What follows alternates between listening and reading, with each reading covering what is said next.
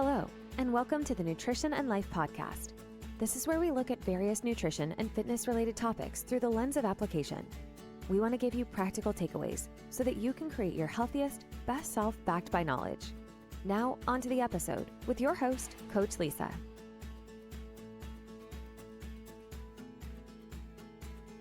Hello, and welcome back to another episode of the Nutrition and Life Podcast. Today, we're going to be talking about how to get better at saying no.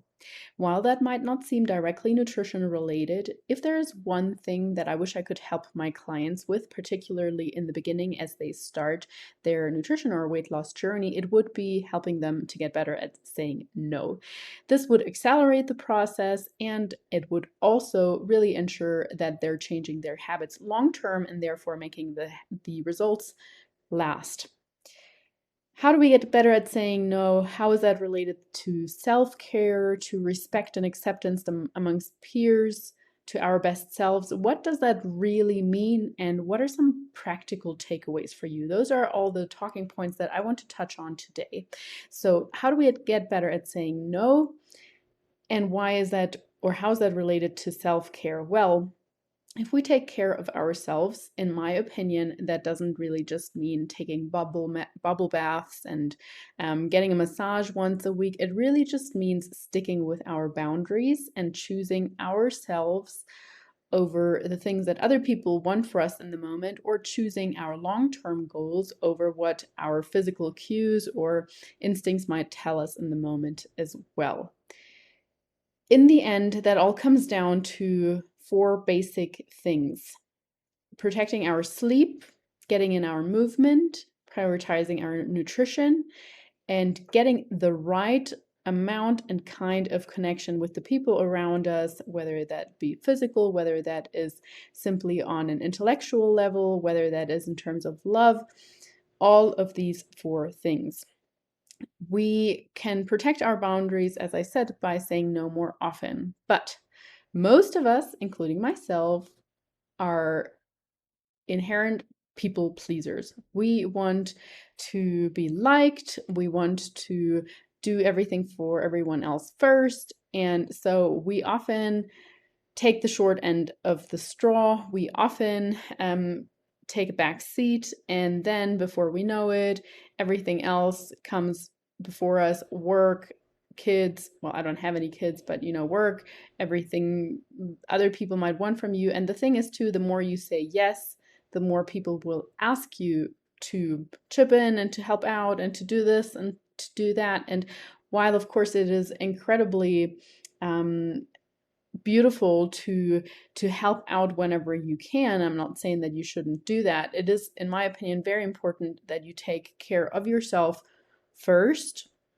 before you take care of others. That old thing in airplanes where they instruct you to put the mask for the air on yourself first before you put it on a child or people around you. It makes sense when you hear it there, because you're like, okay, well, if I run out of oxygen, I can't help the others.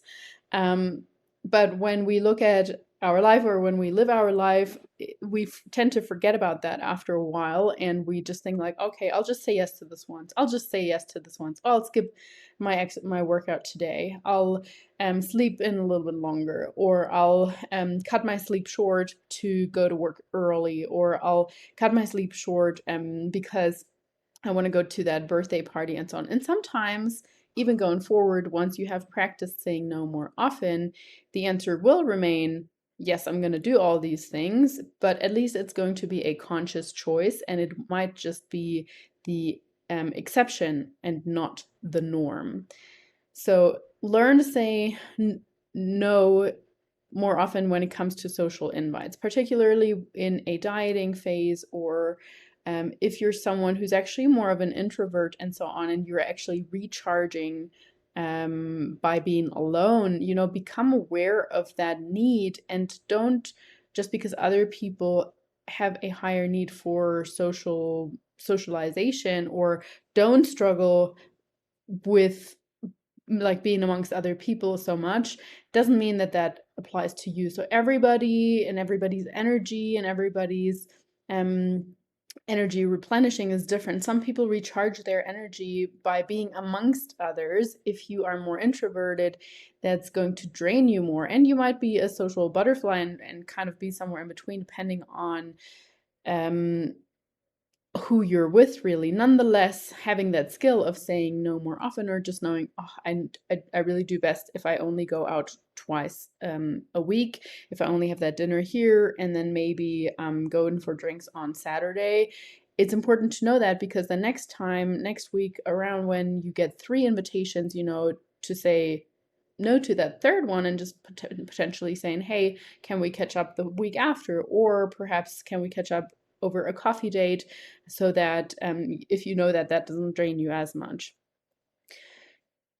Just as well, we do want to learn to say no more often to short-term gratification. So, for instance, when someone's placing the muffins in front of you just because it's Jessica's birthday at work, Jessica, who you don't actually really know, and everyone else is eating the cupcake, and you feel like, oh, you just kind of want to join in because, well, A, cupcakes taste delicious, and B, everyone else is eating one. So you want to feel like you belong. You want to feel like you're part of the group. And especially if people say, like, hey, Lisa, don't you want a cupcake also?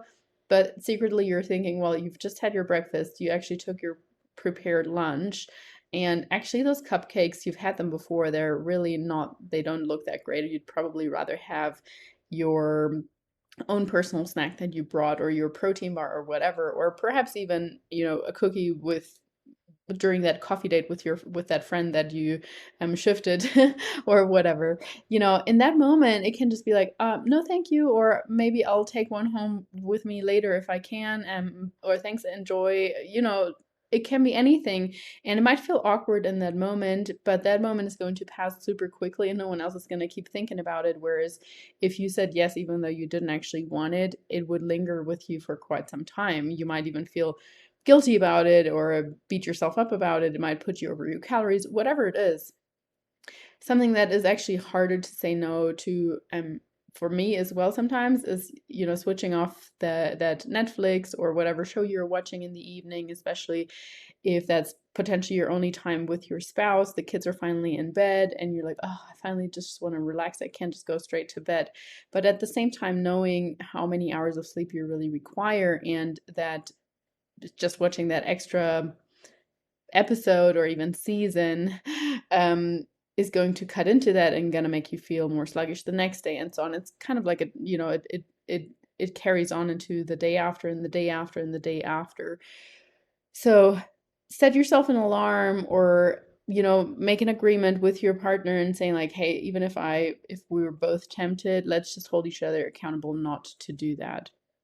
I have also found that the more often you say no, you actually get more respect and acceptance of those harder boundaries from other people.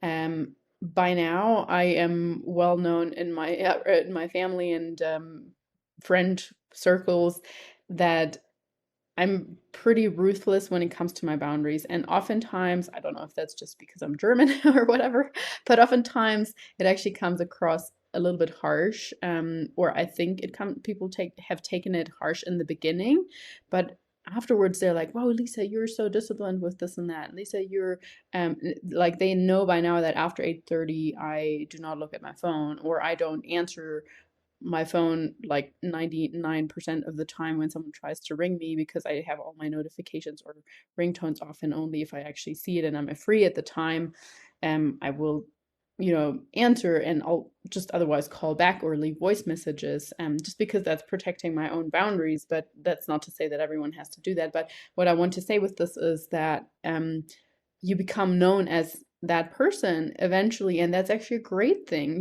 Someone might say, like, hey, that's Anna, she let's have dinner at like 6 p.m. instead of going for that margarita night at 10, because we know that Anna likes to be in bed by 10 p.m. so that she can go and do her workout the next day. Like, people adjust around that, and in the end it's actually probably healthy for them as well. In many ways, it might actually inspire them to put up more boundaries, and the more you say yes even though you don't actually want to, the more people will walk over you as well. Not not with bad intentions or anything. It's just the way that it is. So yes, like we can only show up as our best selves if we remain in our own personal boundaries. And again, those boundaries are going to look super, super different for everybody, depending on their phase in life, depending on their own personal needs when it comes to social connections, depending on just their circumstances at the time, if they're in a cut, if they're at maintenance, if whatever their goals are and how close their goals are as well. If you have a super strict deadline for your work that you actually, you love your job and you want to get that done and you're actually thriving in that and you feel like you're in a flow and so on, and the deadline is in 2 weeks, then your boundaries are going to look way, way different than at a stage where you have outsourced many things and you don't need to be as invested in your work. So again, what could that practically look like in order to show up as our best selves, like across the board though? So for example, for sleep, we really do want to start there. And if you're someone who says, oh, I am actually fine with just 5 or 6 hours of sleep, you might think that because your body is so used to it. But the truth is, research has shown over and over and over and over and over again, if you sleep less than 7 hours on average, you're much more likely to die younger, to have more diseases, to make errors when it comes to driving, to just cognitive function. You're more prone to developing cognitive diseases like Alzheimer's, dementia, etc. So give it a go. And if right now that seems really impossible, just add 20, 30 minutes or whatever to what you're doing right now. But having that 8 hour, like an 8 hour sleep opportunity for the majority of people is going to be incredibly beneficial in the long term, for longevity, for mental health, for recovery, for everything. So if you know that, you can decide what social invites you're saying yes to at what time. You can decide what time you can get up the next day, or you need to get up the next day. You also probably know that the quality of sleep is super important. So saying no to those animals in the bedroom, saying no to the caffeine in the afternoon, saying no to food way too late or food that's way too heavy, saying no to changing late plans. I used to often, I'm actually super, I don't want to say greedy when it comes to money, but like I used to hoard my money a lot, especially when I had less, of course, like as a poor college student, for example. So I'd often take like red-eye flights in order to save on hotel stays and all that kind of stuff, or, sleeping on a bus. And now I would never do that. I mean, of course, I'm fortunate enough to now have the luxury of purchasing a little bit more expensive plane tickets or a hotel stay. But now I know, okay, I'm gonna choose a flight which doesn't leave any earlier than like 7 a.m., which means I need to be at the airport by 5, which is early enough, or no flights that are arriving later than 6 or 7 p.m. because I want to be in bed by 10, all these kinds of things. Once you know them and once you have those hard rules around them, it makes it easy to say no. Same is the case with movement. If you know you're working out no matter what, 3 to 5 times per week, for example, you're going to learn to see that as a very important meeting with yourself. You're not going to choose work over movement on that day. So for many people, it's going to be advisable to get that movement out earlier on in the day, or to have an arrangement with your partner. One day you're watching the kids, the other day I'm watching the kids, and kind of helping each other out that way to get to that minimum amount of movement. Or even when it comes to your steps, not accepting, saying no to bad weather, saying no to all or nothing thinking and doing like hard out workout sometimes, and then other times relying on your motivation. So say no to that drive and just stick with those boundaries that you have set yourself, in the sense of Monday, Wednesday, Friday are my workout days, or whatever else it might be. Think of your steps or going for a walk as if you had a dog and you need to take that dog out.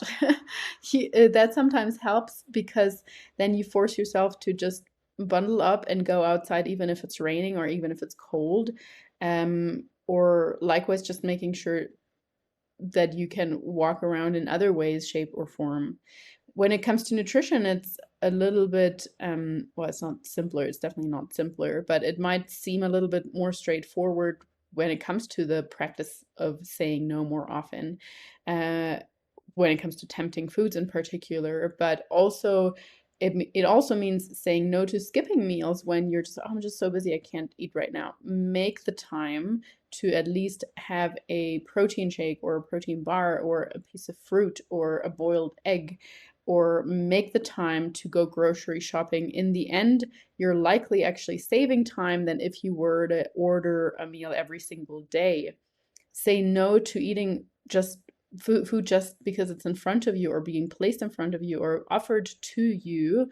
I will give you a few more tricks when it comes to how you can politely decline those things in a way that is often accepted much better. And so, yeah, say no to things that you know don't serve you long term. Some people know I really don't actually do that well with dairy or deep fried things or whatever else, and then still they eat them. So in that moment, keep at the forefront of your mind what is actually serving you and what's not, because in the end, every single choice that we have is either contributing to your better self or it's not.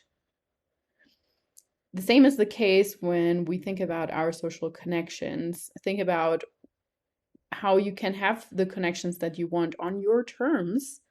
So don't just meet up or do things with people in order to please them. Once again, there are going to be people that are better off being cut out of your life eventually, or just like phased out of your life, and it serves them well also. And there are other connections that are going to benefit from that because they're getting stronger through your harder boundaries. People, again, will respect that more and more and will just say, we will do things on your terms or somewhere in medium. If you think about if you're in a dieting phase and you only have a very limited amount of calories and people are constantly inviting you to meals, you could just say, hey, can we go and catch up over a walk? Can we go and catch up at a spa? Can we go and have just a coffee date? Those kinds of things. Social invites tend to evolve around food just because we are so used to that historically. People are invited and they come over and so on, but it doesn't mean that it always needs to be that way. It can, you can make things, you can have connections on your own terms. Cut out the energy vampires, or if you have energy vampires in your life that are in your family and you just can't really cut them out, see that you can optimize the environment around it as best as possible so that it's serving you. So for instance, only meeting up with certain energy vampires when there are also other people who are uplifting around, or with energy vampires when you're in nature and it's a lot more of a neutral environment. So again, think about it. What is serving you? What is uplifting you? What is in the end adding to your own happiness? What can you do to really practice that saying no now?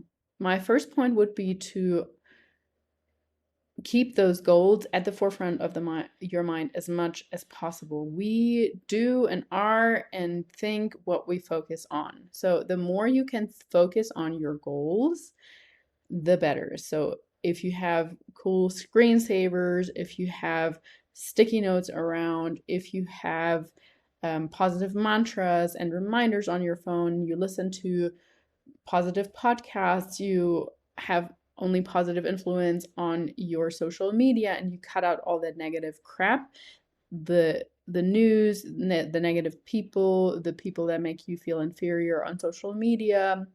If you limit all of that and you increase the other things and become more aware of your own self-talk as well, it's going to be so beneficial. So the more reminders you can have, the better. You might even have, how many smart watches nowadays have like an hourly reminder of, hey, you should stand up and move or whatever. You can also get that with quotes. You can set reminders on your phone that pop up and just say, hey, Lisa, you're awesome. Have a great day.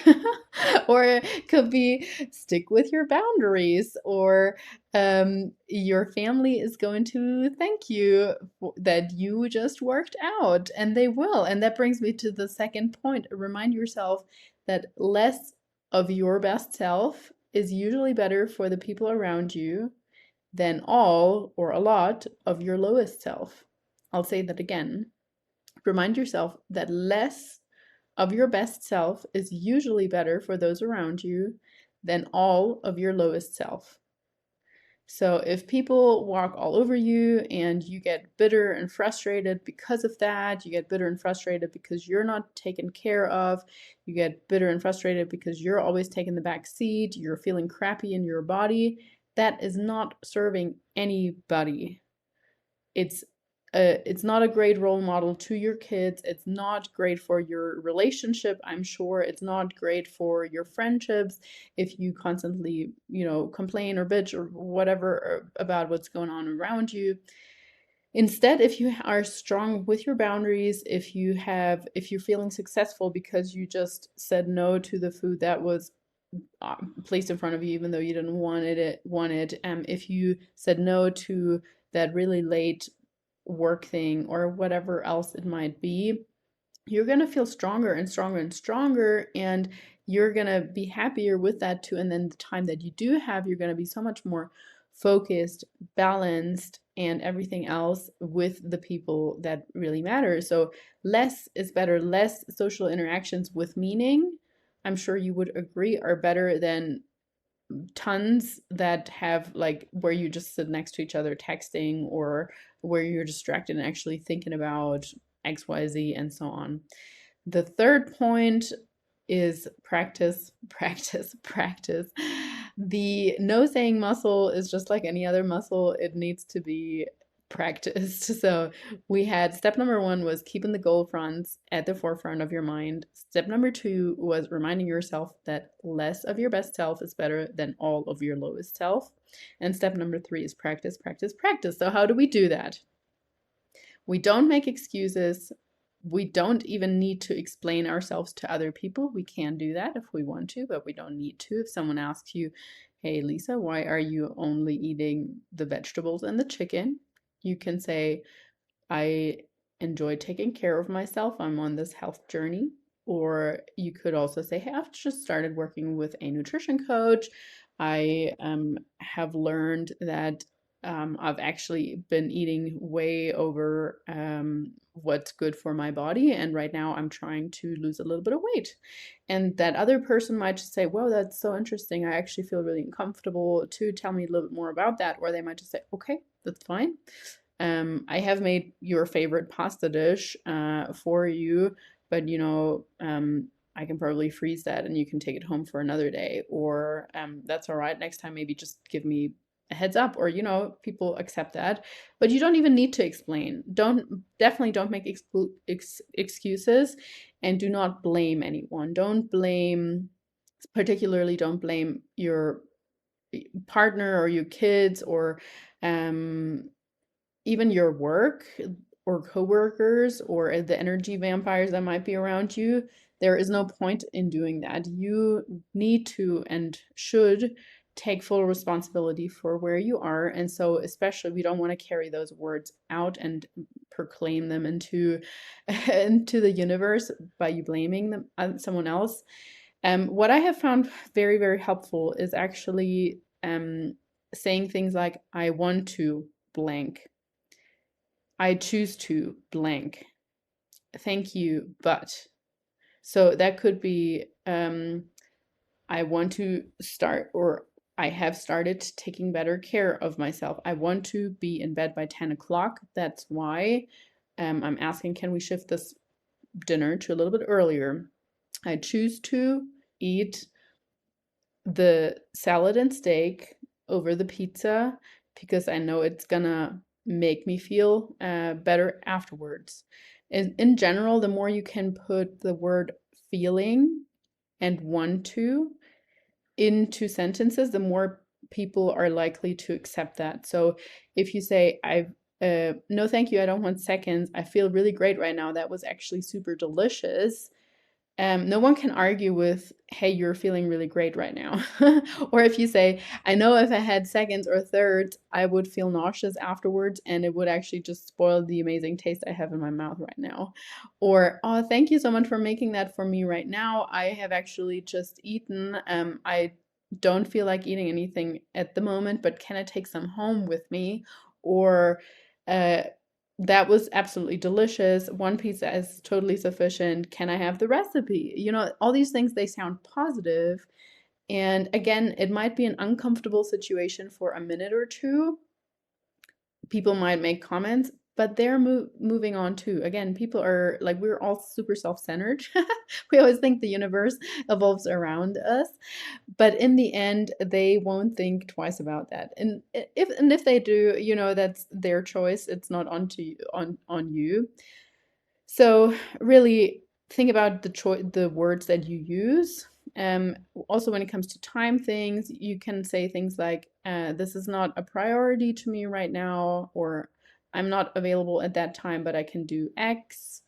I'm afraid that won't suit me, but I could do, in 2 weeks instead, or I know someone who could help you with that.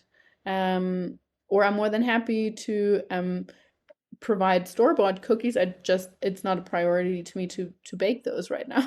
Like, it can be anything, right? So priorities is another good word to throw in there. And simply, yeah, don't feel like you need to make excuses or like you need to explain yourself. Simply saying I'm unavailable at that time is absolutely sufficient. You don't need to say I'm unavailable because I want to spend time with my family, or I'm unavailable because I'm going to be at the gym. If someone asks, you can say you don't lie, like say the truth. But most of the time people are just going to respect that probably. Again, it might seem harsh, but in the end, you're going to end up with that soulmate tribe of people around you that really count, and you probably will have woven out the ones that don't count. If you personally have any questions or queries about saying no, self-care, how you can apply that to your own nutrition, and also, training potentially, or just other experiences, I would love to hear about them. Please leave some comments. I would love for you to subscribe as well, or just let me know what you want to hear more of in the future. We're definitely going to go into more nutrition specific topics. For example, next week I am going to talk about my top strategies for my lean gaining phase that I'm in at the moment, and also what mental struggles are coming with that, or I have already endured in my first month of lean gaining. So yeah, that's going to be an interesting one. Thank you so much for tuning in, and I will talk to you soon. Thank you for tuning in. If you enjoyed today's episode, don't forget to subscribe, leave a review, or share the episode on social. Very much appreciated. You can also follow us on Instagram at Nutrition Coaching and Life, or head to our website, www.nutritioncoachingandlife.com, where we provide more valuable content. Have a wonderful day. Now go out and work on your best self.